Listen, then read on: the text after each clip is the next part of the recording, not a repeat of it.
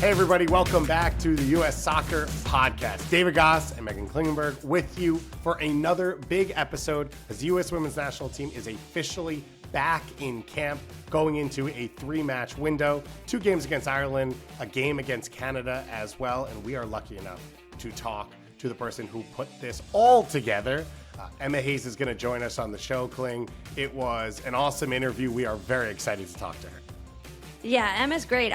I just love how open she is to talking with media, to really sharing what they're doing. A lot of coaches can be secretive about how they're going about getting ready and how they want to beat the other teams because they think it gives them a competitive advantage. But Emma's not like that. She thinks that the more that you're basically sharing, the better women's soccer will get all around, and that's her ultimate goal, and that's really refreshing to be around, and I'm sure it's great for the players to be a part of as well. It is a program called the WNT Way, which we talked with Emma about. We talked to her about building culture and the shift from being a club manager to a national team manager as players come into camp, and we talked to her about her go-to karaoke song. You know what, that's really personal, but because I've gone from like Ice Ice Baby to Pink Pony Club. Okay. That's like the range. Yeah, it's or so a bit fun. of Beyonce. I love Queen Bee. Ooh. We think we could sell tickets to that show, but no matter what, we're excited for the conversation coming up with Emma. We will break it down afterwards, as well as give you a preview of what's going on around U.S. soccer for the rest of the week. All of that and more coming up on this show.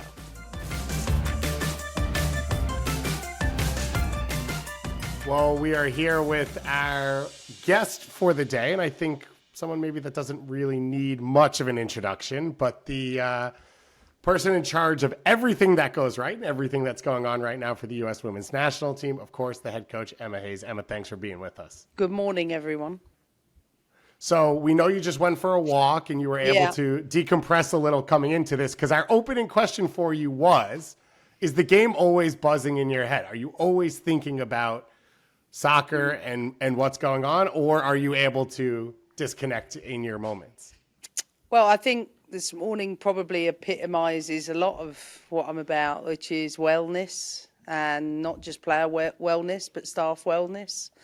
So we have a group staff walk this morning and go for coffee together, and we have meditation mornings together and breathwork sessions. So for us, our well-being is just as important as the players, and something I value intrinsically. And we have a couple of people across our team that are responsible for developing the wellness program for staff, and I'd say it's a much welcome and needed addition. So are you the one that's leading the meditation sessions? No, Laura, one of our PTs, is leading the session. She is so incredible in terms of just creating a space for players and staff alike to just centre themselves. We do them on match days. I like to meditate and do breath work on match days. I always have done, but I love that it's extended to a wider group. And like I said, some players absolutely hate it, some really love it, and the combinations of those things. And I'm all about educating people about it. And we've actually got a session with the players when they come in today around the other 22 hours. So you talk about, like, do you just have the football buzzing in your head? And I sit there and I think, well, I would be failing in my job if I did, because let's say you're out there for a maximum of 2 hours. We never train for 2 hours, but I mean, all in all, there's 22 hours in the day. And if players and staff don't get those 22 hours right, you can't be at top performance. So often when I'm on the pitch, I'm looking at it and I'm saying, she's not had enough sleep. She's not fueled enough. There's something going on for her, et cetera, et cetera. So it's always about educating the players and creating that platform to say, listen, these might be some really good recovery methods, or have you thought about how you fuel in relation to your menstrual cycle? And do you know from phase 1 to phase 4 the best anti-inflammatory impacts you could have on your performance? Plus, you know, the combination of things. We have cryo, and everything we do at WNT is through a female lens. Everything. We've even had a new karaoke machine arrive today, because I believe in recovering this muscle. And for women, we like to socialise, or we like to sing and dance, and I do. I love to sing and dance, and I think it's important to really reflect on doing that in the female lens. And I'm very proud of our staff and in the culture that we lead here. Can I ask a very personal question, which is, what's your karaoke song? You know what? That's really, really, really personal, but because I've gone from like Ice Ice Baby to Pink Pony Club. Okay. That's like the range. Yeah. Me and Harry do Pink Pony Club at the minute. Fiona drops in on that as well, because I just love that song. She's so good. I love Amazing. Chapel. Yeah, it's Or so a bit fun. of Beyonce. I love Queen Bee. Ooh, Just love, yeah. that's quite the range. I really enjoy it. I'm going to need to be invited to one of these karaoke sessions. I never said I'm any good at it. I give it everything I've got, and I'm absolutely horrific. I've got a really good coaching voice and a terrible singing voice.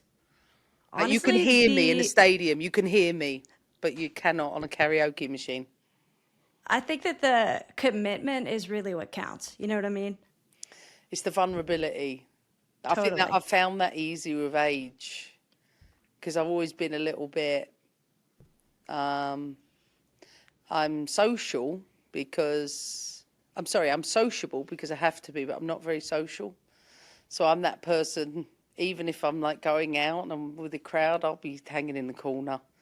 I'll feel safe there and stuff. So for me to do something like karaoke, even if I can be quite extroverted, I'm actually really introverted. So karaoke to me is like, oh. But I don't care. I'm in menopause. I think people would find that quite surprising. Like when you say that, I find that quite surprising because of how much of an outward presence and you've had it with the national team. But there's something I was really interested in. At 2015 in the World Cup, we had players playing Dutch Blitz card games. Do you know that one? I don't know that one, but I do watch a few of them that go on. So it's all about speed and it's all about competition. And it's literally quite possibly the most intense card game that you could play. And they were doing it the entire World Cup. I had to check out of that. I was like, I can't be doing that. But I heard that you had a much different approach for the Olympics. I was wondering if you could talk about that. Definitely. I mean, mine is a combination, whether it's drawing, photography, Lego, karaoke, getting our nails done. Why do you baristas. choose those type of activities as opposed to the ones that are kind of hyping you up?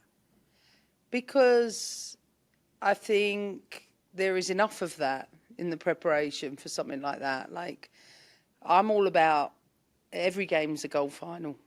It's like, don't sort of say, oh, we've got Ireland this week, so it's less than or more than. No, they're all the same. You represent the crest. So your behaviours in between that, whether we're preparing for a gold medal match or 3 games in a row, like we are now, should be exactly the same. But it's all about recognising how to develop the mental fitness to go with it. And especially for women, as we have so much cortisol driving, right? We have such a hormonal response to things. I'm all about decreasing stress. And things like Lego and drawing and being artistic allows not only just to bring out a little bit of creativity, but most importantly, a bit of calm. And I think calm is what matters in the most important moments. And you know, there's a lot of there's a blend of really experienced players and a lot of inexperienced players, but everybody wants to learn and everybody wants to find the best ways to do that. And for some, like Naomi Girma, she can build a Lego set like no other, and Jaden Shaw. But I think we are a team that creates an environment where you can be yourself Someone like Crystal Dunn's like, I don't want to do any of that. I want to go to my room. I want to breathe. No problem. Some might say, I want to go to the pool. No problem. I'm all about like letting people be happy and comfortable in themselves. But if I see that they're not putting in place the foundations around them, then that's when I usually create the right interventions to say, we need to educate a little bit. And then I think I'm all about teaching, as I said, the mental fitness, you know, the resilience that's required, the vulnerabilities that are required to be able to perform at the highest level. This Pride Month, the U.S. Soccer Federation is proud to support You Can Play, a group dedicated to making sports a safe and welcoming space for everyone, regardless of gender identity or sexual orientation. When you shop our Pride collection at store.ussoccer.com, a portion of the proceeds goes directly to You Can Play to support their mission. Shop now and show your pride.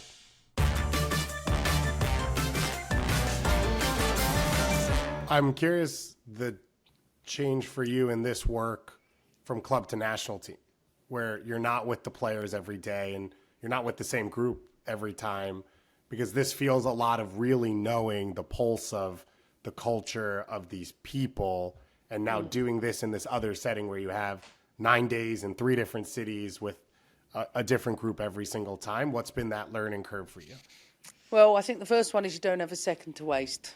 So be intentional with everything and be, you know, I've always been pretty thorough in preparation to things, but be intentional about it. So if we know we've got, you know, two days to prepare for a game, then in those 2 days preparation off the field, what are we delivering and how are we delivering it so we can deliver it in the most effective format, but also find the opportunities to develop the team connection, the team cohesion, the team spirit, the team confidence, and also the individual confidence. So I do sessions generally with my coach, Fiona. She works with me to design and deliver sessions that are in around, you know, individual development within the team development. So, for example, I'll do things like when they come into camp, we do lessons learned. Like, what did we learn? We have to go backwards, have a look at that, reframe that. But what did we learn in relation to what we set out to do, not without context? We create champagne moments. We call them champagne moments. And those champagne moments are when you win, and we're expected to win more often than not. What's our champagne moment to grow and learn? And let's list them. And then let's put that into action, both on the field and off the field. More always about creating, I think, situations and scenarios for the players to be very clear on what they're trying to do, whether that's I'm clear on I want to try and achieve these things in training this week, to my mindset is going to be focused on these things within the game. And then we work on the combination of those things, because I'm trying to create a culture where the team, no matter who plays, they understand everything that comes within that, but they also feel like themselves and supremely confident to be able to do it no matter the circumstances, but also to be relentless with it. Like, that's what one of the things I loved about the last camp is to score so late like we did against Jamaica. For me, that was another moment where the team just didn't take their foot off the pedal till the end. Even if, you know, we're making multiple changes, we do not have a settled side at this stage, but that's also intentional to make sure that more players are battle readied and to give them the exposures early on, because you won't get them if you're just saying rolling players out in games that you know you're going to win. Like, no, you know, there's Brazil, there's Japan. Like, you're going in, but I'm not going to drown you. I will pull you out and say, right, how are we going to learn? Let's put the one arm back, let's fling one off. We're ready to go again. And I think being a developer, to your point, what are the differences in club level? I believe being at a club level for so long has given me the foundation to be able to do this job at an even higher level, because I've coached hundreds and hundreds of games at high level and coached hundreds of players over a long period of time, that I understand player development. But most importantly, I have a team of people around me, my coaching team, my performance team, everybody in and around it is world class. So the players get the exposures of all of those things, and I'm just, I don't know, the CEO. It's at the top of it. But I love that you I'm just not sat in an mentioned office. Not sat in an office. totally. I love that you just mentioned like players substituting in, because you've been known to speak to players before they sub in, grounding them in the joy of the moment. Where does that come from? And how do you balance that with the tactical winning side of the job? Well, you know this as well as I do. And if I could take you back to your debut days and your very early days, I mean, what is running through your head in your first and second cap as you're about to enter the field, right? Holy crap.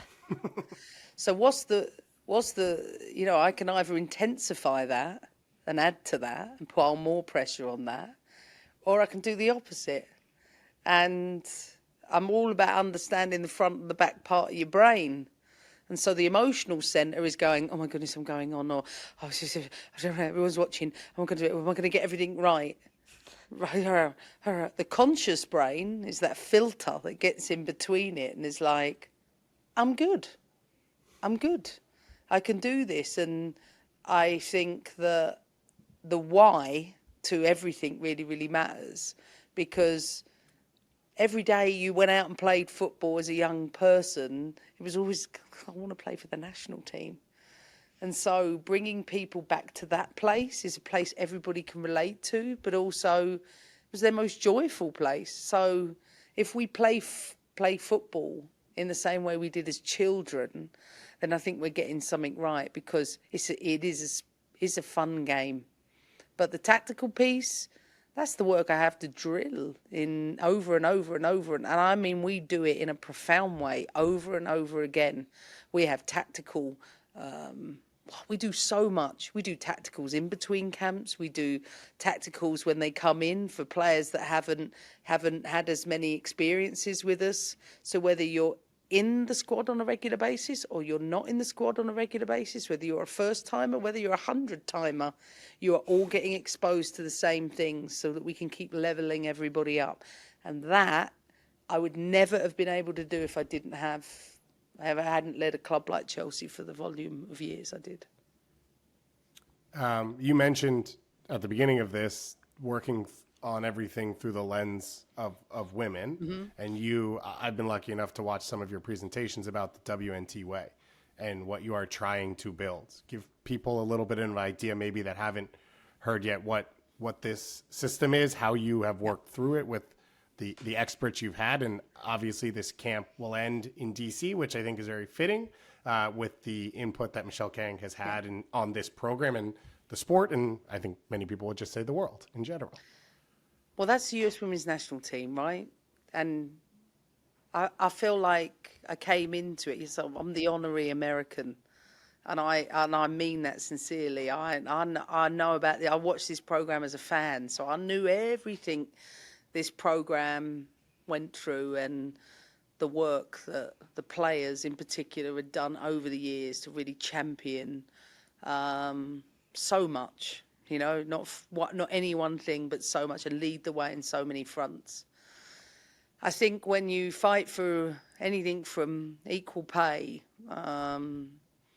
to creating the right conditions for the players to be in, it seems inevitable that the next step is the level of experience I can bring in, which is the recognition that we have all been developed in our sport through an entirely male lens, and that includes the way we've been coached. The way we've been coached is not bringing the best out in us. It's always about, well, you know, That's how it's with the boys. Do we do it with the boys, or how we approach the game tactically? We don't actually zoom out and say, well, hang on a minute, what are the differences in our games, and what tactically and technically might be advantages for us, and lean into those things, to how we look at the insights in our game, like, well, crossing areas in the men's game might be there, in the women's game they might be there, and scoring angles might be there in the men's game and they might be there in the women's. So actually, why haven't we thought about that in a profound way, to how we rehab an ACL injury? We're women, we don't produce as much testosterone, we don't develop as much muscle as men. So are we actually getting it right?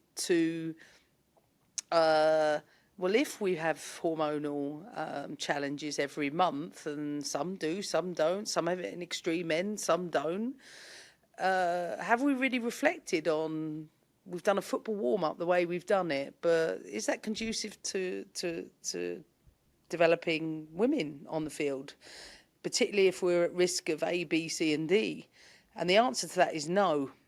And what I've found so fascinating in going through the process, our vision is to create a world in which the female lens is at the heart of everything we do. And this gives me the most amount of pleasure, because I hope that in 10 years' time, when I'm on that nice beach in Barbados, having a lovely time, I can look back and I can say, oh my God, we created a system where girls don't drop out in the same level because the quality of coaching insights were better.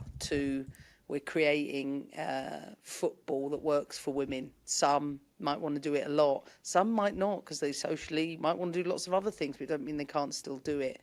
To creating a world in which coaching and women in coaching, if you're a parent or a carer, or you simply can't afford it, get access to coach education that's been developed through a female lens, and accessed in a way where you don't have to do it in the same way men did, because we can't do it, we can't afford it, we can't necessarily travel, and the same to the way we might share a job. It might be that we have multiple mums running a team, or multiple carers running a team. We might have multiple menopausal women in that same situation who quite simply can't manage all of it because of the extreme, how do I put it, challenges that go on at puberty and menopause are not only not understood, but hopefully, like I don't do anything hopefully, with the research and innovation group that have been donated by Michelle Kang, we will develop female-specific insights in and around our game, and we'll do it in a profound way that will impact the ecosystem. And this is like my dreamland. This for me is like what I've worked my career for. Of course, I want to win, but this is winning to me. As a coach, you have to lead with clarity, but also follow your players, trusting their instincts, adjusting to their needs. What does that look like in your world? Oh, yeah, absolutely. They're the best teachers, the players. I'm always guided by them. I'll always ask them. I'll always seek that as well. So I think creating frameworks or skeletons of things are important for everybody to understand. Or how does the muscles, we're the muscles, how do we now attach ourselves to our system? Whether we develop a WNT strategy like we have, inputted by the players, always inputted with the players, feedback on what their needs are, what their requests are. The same with the review processes we do annually, to be able to say, are we listening to them about what's important to them, what matters? To be in the middle of a game, to be able to say, I can see we're struggling over there. We've got a water break. Try this first. And if not, come back to us. But try this first, and do it in a way where there's trust, but sometimes things have to be adjusted here and there, and that stuff happens. But I'm all about developing the confidence in people's voice to be able to speak up with it. I love passing on knowledge, especially from the senior players to the less experienced players. I think that's so essential and what it means to represent the crest. Sometimes it'll be we've put something together in the schedule and they'll come and they'll say, it's too much. Can you taper back on something? Yeah, no problem. And I'll say, but that one's non-negotiable because I need to do that one, but that one for sure. And I'm always constantly, I think it's probably one of my biggest strengths is I've got I can pick up on things really quickly and I'll get a sense of it. And Hife's sitting over there to me and he will always say to me, you predicted that. You knew that was coming. You knew that was going to happen. How did you know that was going to happen? Maybe just I've done it a long period of time. I don't know. But I think when it comes to the players, I'm always, us as coaches, we are in service to players. That's what our job is. And my job is to deliver an environment that brings the very best out of them. And that is, I'm so clear about that and where I'm at in my life. And I think being married up with this job, this ain't a job to me. This is like, oh, I can't explain it. It's like so meant to be. It's like I found dream. It's just so I beam all the time about it. And I'm so conscious of bettering the shirt while I'm borrowing it. And I know you know this, but I've played under many coaches throughout my career, and the ones that did value culture and did think of leadership as servant leadership were the best ones to play for, and where I was able to be my best self and my most authentic self, and it brought out my best play. So on behalf of the players, that's just like the best environment that you can provide, and I'm just stoked that they get to experience that at the very highest level. So, well, we're all grateful for each other, and I think that's the other thing, showing that gratitude in a trusting way, because I feel like every time I come here, I always start off when I'm with the players, I'm like, thank you again for your contributions and for giving everything to each other, because it takes a lot to do that, and especially when you've got a lot of people. But I have never, ever been in an environment where everybody is pulling in the same direction, and not just for lip service, but because they know it's an evolutionary environment that is constantly striving to grow, to get better, but most importantly, to value people. And our motto in here is like, we don't leave anyone behind. I think for a lot of people, really exciting to hear you talk about this. And I think a lot of people, it just makes them even bigger fans of the team and the program and the work that you are all doing. But we wanted to give people a little insight into, so we have a couple fun, quick questions. You can elaborate or not on each of your answers, and then we'll get you out of here, because we could do this all day, but I know that you have 3 games in about 7 days coming up, Ireland and Denver to start, closing out with a rivalry match against Canada on July 2nd in Washington, D.C., which is going to be a pretty special event. Actually, I already have chills thinking about it. Let's start with this one. Coffee or tea? Sam, coffee. love that. Love that. She will be so happy to hear that, by the way. Love Sam. I don't even want to think about her ego after this. I just love Sam. Same. Great human.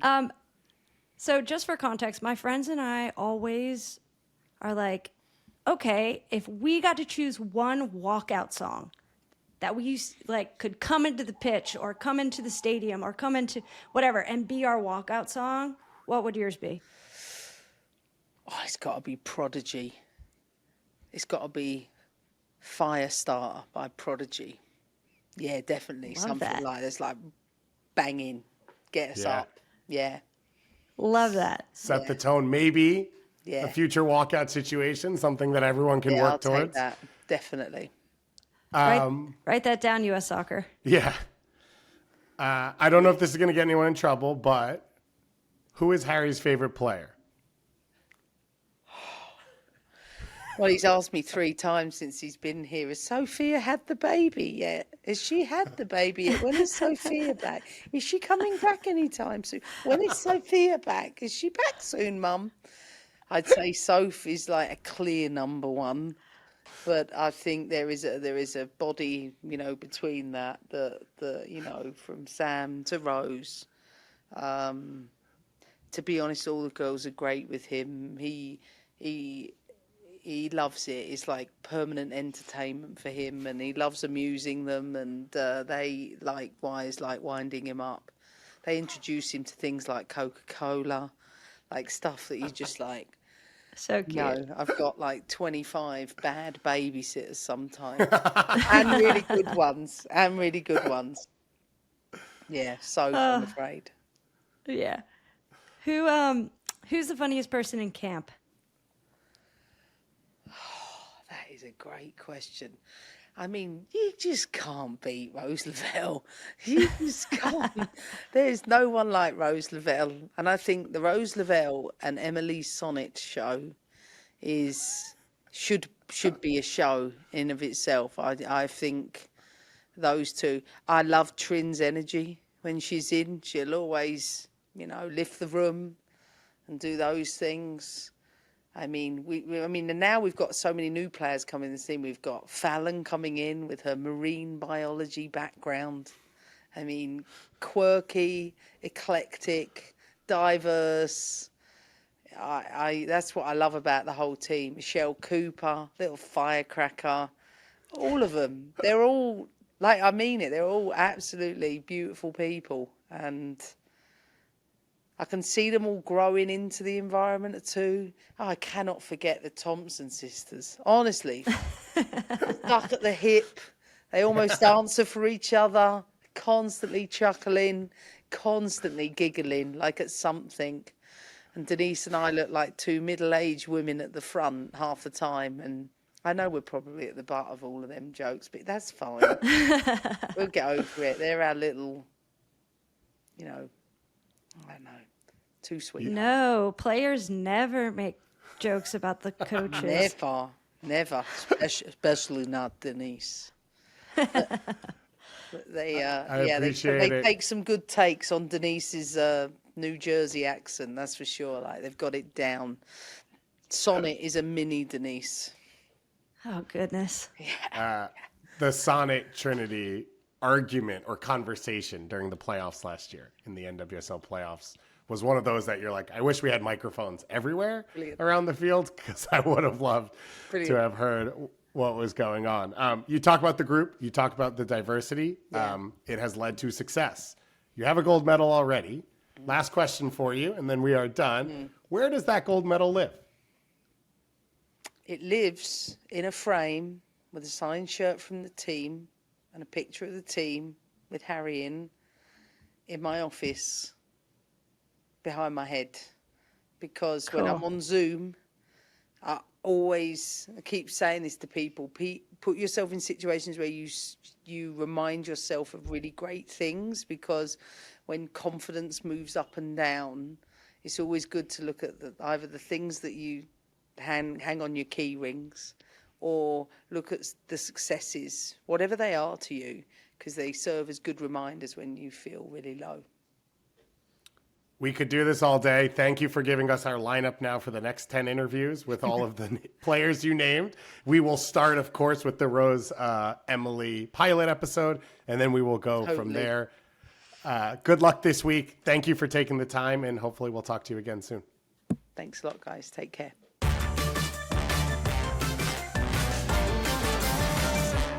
Kling, we talked after the first episode we recorded together with Becky and Lindsay, and we talked a little bit about the pinch me, I can't believe I'm in this room moments. I haven't been around Emma Hayes very often, but I would imagine that a lot of the times you're in a room with her, people come away feeling that, because I think that conversation was one where it's really exciting to think about the world she's trying to create, but it's really inspiring to hear how she goes about it and how she's able to genuinely change people's lives. because the effect she has on so many young people in her team and people that are watching them from the outside. It honestly blows my mind a little bit that people haven't done this before, that this is groundbreaking. Why is this groundbreaking? Yeah. You know, putting people first and studying women's bodies instead of male bodies. But it is. And she's doing it. And for the first time, we're starting to see the benefits of that on this U.S. women's national team side. And that's so special because the very best teams that I have been on are the ones that have prioritized culture and people first.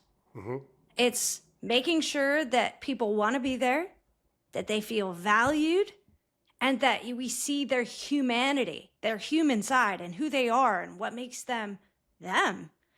And Emma's doing all of those things. There's not many coaches that make that their number one priority. Yeah. I've been on plenty of teams where tactics come first, or working hard at training comes first, or any of those different things. But the very best ones that I've been on, the ones that have won everything and had an absolute blast doing it, are doing it the way that Emma's doing it. And not only is she prioritizing the culture, but she's also investing in figuring out what is best for women, what is best for female athletes. And so you're going to be able to combine those two, and I think it'll be a force multiplier for this team. Yeah, it is.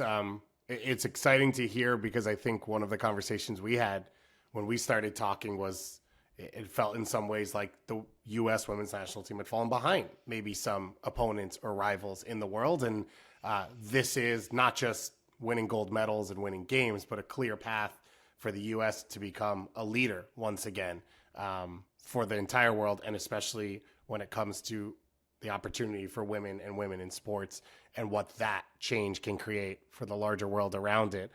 Emma, before she got up and left, said to you, coming out of your experiences, what did you find that worked for you? Because, she said she's always listening and she's trying to find ways, especially in recovery and in the process, that you can tailor this more for high achieving women.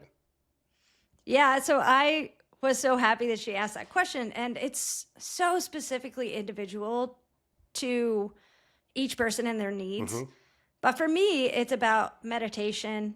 It's about turning my brain off. It's about having fun outside of the game and figuring out what makes me feel joy and full, like in my normal life. Because you're at practice maybe 3 or 4 hours a day, and you have the whole rest of the day to do whatever you need to do. And so you always have to have in the back of your mind, oh, I can't go hiking up Mount Hood right now. But you have to be able to do things that fill you up, that make you feel joy, that make you feel fulfilled. And that was always the thing that I was trying to do, was how can I turn the brain off? I go to soccer, I give it 100%, I bring my absolute best, and then when I walk out that door, I don't think about it until the very next day. What did you make of sort of the culture and environment that she is trying to build? And I was never inside of it, so I'm curious how different you think it is from what you were playing in, especially with the national team. It's a complete 180 from when I was on the team. From 2011 to about 2018, it was all about competition. It was about doing as many recovery modalities as you could possibly do to have these like 1% gains that eventually add up to a bigger percentage that helps you recover. So we were always on, we were always doing competitive things. We were always soccer players, and I would have absolutely died to have an environment like this, because I don't. Get the Legos out. Yeah, I need those Legos. I mean, I do it all the time in my house. I've been making Harry Potter castles and doing all kinds of stuff. I do the flowers for the table. Oh, I love the flowers. They're so great. But yeah, I would have loved having that type of environment, because for me, I have no problem being competitive and turning it on. For me, and I think a lot of other players too, especially at that high level, to be able to get to that high level, you have to be able to turn it on pretty easy and like keep that focus and keep that competitive drive and that fire. It's the turning it off that can be difficult. So creating a place where you can just be sounds idyllic for the most high functioning environment. And she said it, when you put on the crest, every game's a gold medal game. So if you're going to bring that intensity that often in a person's life, you have to be able to ramp it down at times so that you can peak at the highest level and not just try and stay. I mean, we know, especially like Olympians, you hear about it's an 18-month process to peak at the right moment. If you are trying to peak constantly, you're going to burn out and you're going to have struggles trying to get to that highest level. It is a really fun camp. I think going along with what Emma has talked about, she gave most of the European players the summer off because they've had such a long stretch going back through the Olympics, through their seasons. So you get a lot of new players coming in, which is a really cool experience and a challenge, I think, for her group to create that environment. And then one of the big ones, and she mentioned at the end of the interview, is Roosevelt returning. And she talked about having her on and off the field. And so it's cool because it's a new camp of new people, but you still have leaders in there and people who have been there because you have players recovering or players who have moved clubs and whatnot. We're going to get to see them in some really big games. So this U.S. Women's National Team is going to play against Ireland twice in the next week. So the first one on June 26th, that one 9 p.m. Eastern time out in Commerce City, Colorado, outside of Denver. And then the team moves to Cincinnati to play Ireland for a second time at TQL Stadium. They will finish on July 2nd, 7:30 p.m. Eastern time at Audi Field, but it will probably be more Rowdy Field at that point for that game.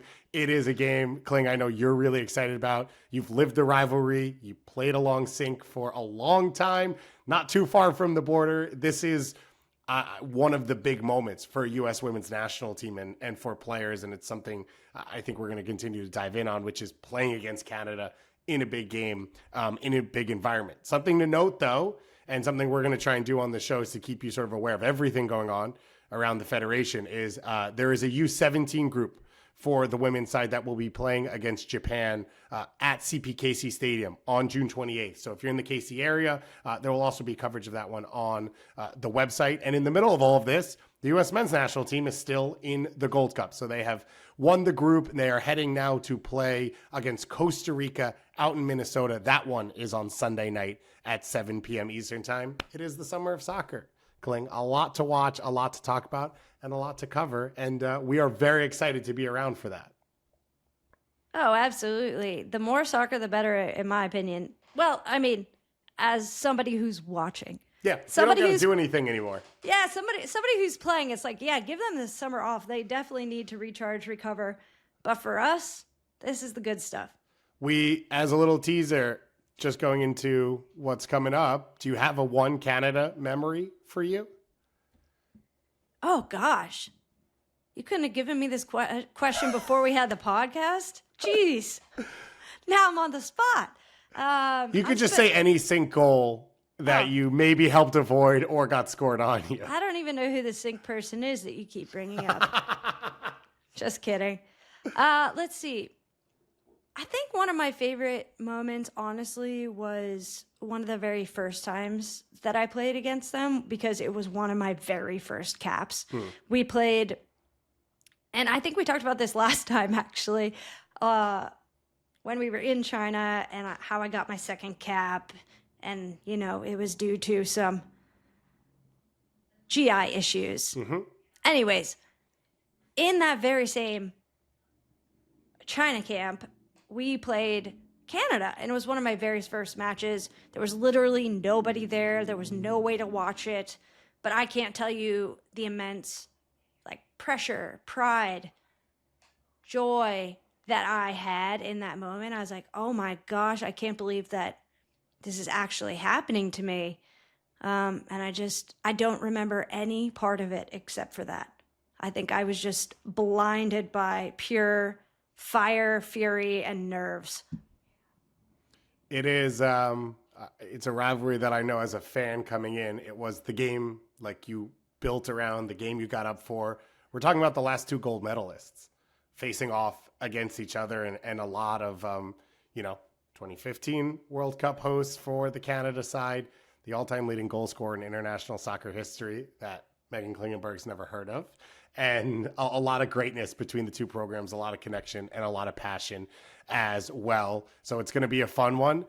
You have been listening to the US Soccer Podcast. You can follow us, go to the US Soccer website, anywhere on social media as well. You can follow US Soccer coming out every Wednesday. If you haven't yet, you can go back and listen to our first two episodes. Our opener, we had 4 special guests join us to look back on the 1994 World Cup that was hosted in the United States, as well as its legacy going forward. So we talked with Alejandro Bedoya, Benny Feilhaber, Tony Meola, and Kobe Jones. And on our previous episode, we had a really special record out in St. Louis.